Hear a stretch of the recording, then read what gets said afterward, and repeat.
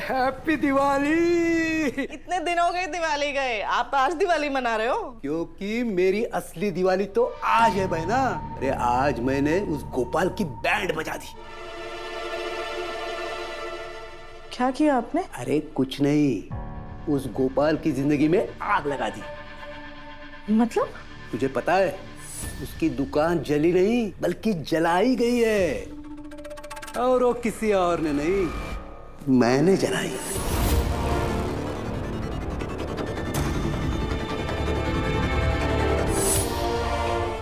भैया कि क्या किया है आपने?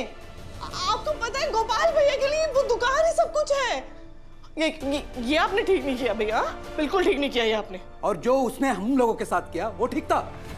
मेरे बेटे का रिश्ता ठुकराया उसने, मुझे पुलिस से पिटवाया, और तो और सारे मोहल्ले में सबके सामने बार बार मेरी बेइज्जती कर दी। वो ठीक था, उसी का बदला लिया है मैंने उससे।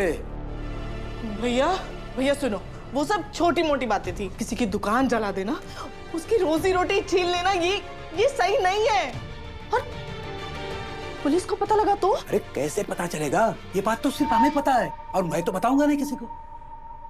हाँ, पर अगर तूने ये बात किसी को बताई तो याद रखना, तेरी बेटी की शादी अभी बाकी है, पिंटू की पढ़ाई बाकी है, और इन सब हालातों में सिर्फ मैं ही तुम्हारा साथ दे सकता हूं।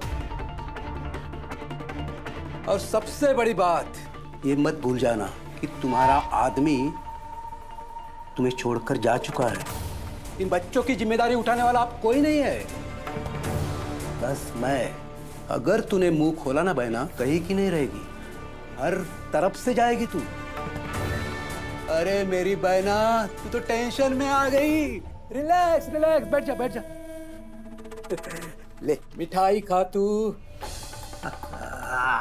चिंता मत करो, अरे तुम्हारा रघुपति भैया जिंदा है, तुम्हारी जिंदगी की कश्ती पार लगाने के लिए। बस तुम अपना मुंह बंद रखना, ठीक है? मेरी समझदार बहना।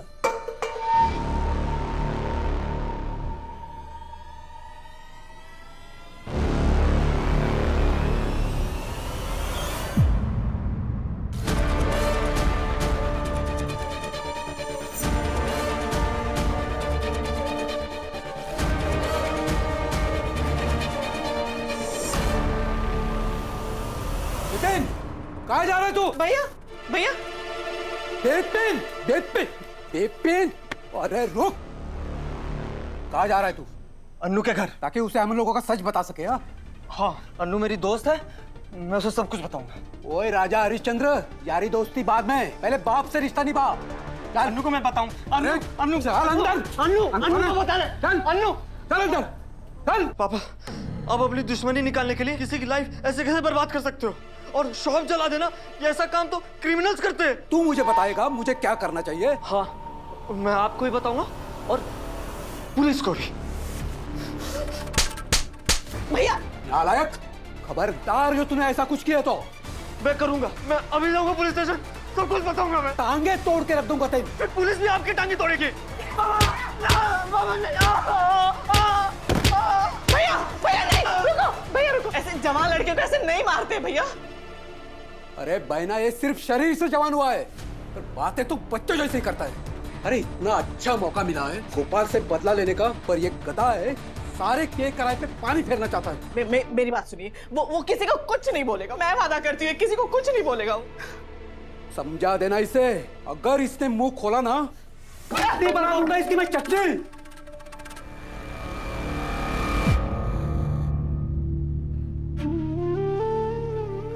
थोड़ा ऊपर बैठो, कितनी बुरी तरह से मारा। विपिन मेरी बात सुन, तू इस समय मत पढ़। वो तो मेरी फ्रेंड है, मुझे बताना होगा, मैं बताऊंगा। और तू मेरे जिगर का टुकड़ा है, जैसे मेरे लिए सिमरन है, पिंटू है, तू भी तो वैसे ही है ना मेरे लिए। तुम लोगों को देख के तो जिंदा हूं ना मैं। अगर तुम्हें कुछ हो गया तो मैं क्या करूंगी बेटा, कहाँ जाऊंगी मैं? तो मेरी बात सुन, तू ना किसी को कुछ नहीं बोलेगा, तुझे मेरी कसम है, किसी को कुछ नहीं बोलेगा तुम। ठीक हुआ, नहीं बोलूंगा।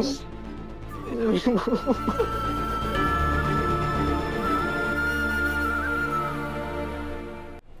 बात ठीक नहीं है पुष्पा। एक तरफ तो तू कहती है कि मोहल्ले वाले ही एक दूसरे का दुख सुख बांटने के लिए होते हैं, और इतनी बड़ी बात हो गई, तूने हमें बताया तक नहीं। अब किसी से कह के क्या ही होना था, और वैसे भी हम किसी को परेशान नहीं करना चाहते थे। पर ये कोई छोटी बात नहीं है भाभी, गोपाल भैया की दुकान जली है।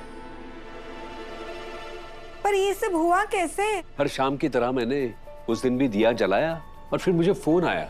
दुकान में नेटवर्क ठीक नहीं था, इसलिए मैं बात करने के लिए दुकान से बाहर गया। उतने में आग लग गई। मेरा मन नहीं मानता। दिया तो हम रोज घर में जलाते हैं सुबह शाम, दिए से आग इतनी? मुझे तो लगता है जरूर कोई और बात है।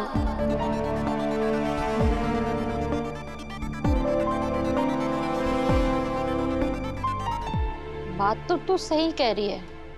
तू जो कुछ भी कह रही है ना, उस बात में वजन तो है।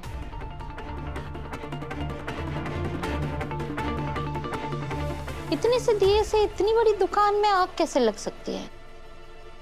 मुझे भी ये बात हजम नहीं हो रही है। जरूर कुछ तो है।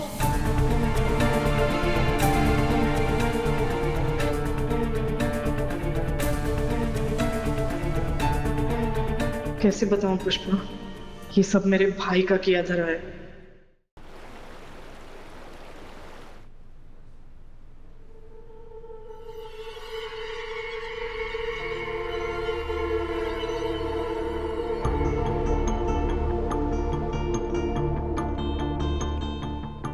FM yes ma'am. अनु नहीं आई अभी तक? नहीं मैम, अभी तक तो नहीं है।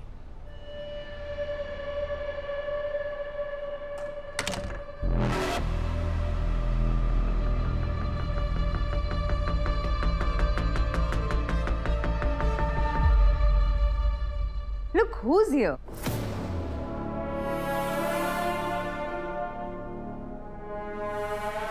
The great Anu Sharma.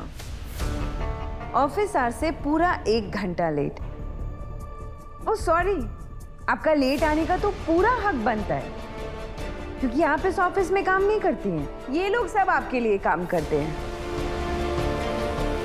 तुम्हारा जब मन करता है तुम तब लीव ले लेती हो। मैंने अपने पूरे करियर में आज तक किसी को भी इतना लीव लेते हुए नहीं देखा जितना तुम लीव लेती हो अनु। कभी तुम बीमार हो जाती हो, कभी तुम्हें चक्कर आ जाते हैं, कभी तुम्हारी मम्मी को पुलिस ले जाती है, कभी कुछ। You know what? तुम्हारे पास ना लीव के इतने बहाने हैं ना कि तुम एक बुक लिख सकती हो, बेस्ट सेलर बन जाएगी। सॉरी मैम, वो घर पे कुछ प्रॉब्लम थी, इसकी वजह से लेट हो गया। घर की प्रॉब्लम को छोड़ के थोड़ी ऑफिस की प्रॉब्लम पर ध्यान दे दे अनु। आज तुम्हें एक इम्पोर्टेंट काम करना है। क्या काम है मैम? हर साल फॉरेन की गारमेंट एक्सपो इंडिया से बल्क लेवल में रॉ मटेरियल खरीदने के लिए एक टेंडर निकालते हैं, जिसमें सारी बड़ी कंपनी अपना अपना कोटेशन देती है। हम भी भेजते हैं, इवन हमारी राइवल कंपनीज भी भेजती हैं, और हमें इस साल भी भेजना होगा। कोटेशन का मतलब समझती हो ना? नहीं मैम। ऑफिस आती तो खुद समझती ना तुम। कोटेशन का मतलब होता है कि हम हमारी कंपनी का रॉ मटेरियल कितने दाम में बेचेंगे। आज सेम जितनी भी कंपनीज हैं, जितने भी हमारी कॉम्पिटिटर्स हैं, वो टेंडर में अपना कोटेशन भेजेंगी, जिसमें हर साल हमारी कंपनी एक लोएस्ट प्राइस रखती है। इसलिए हमारी कंपनी जीतती है, जिससे हमें फायदा भी होता है। तो इस साल हमें ये कोटेशन की फाइल रेडी करनी है, और ये फाइल तुम रेडी करोगी भारद्वाज सर की हेल्प से।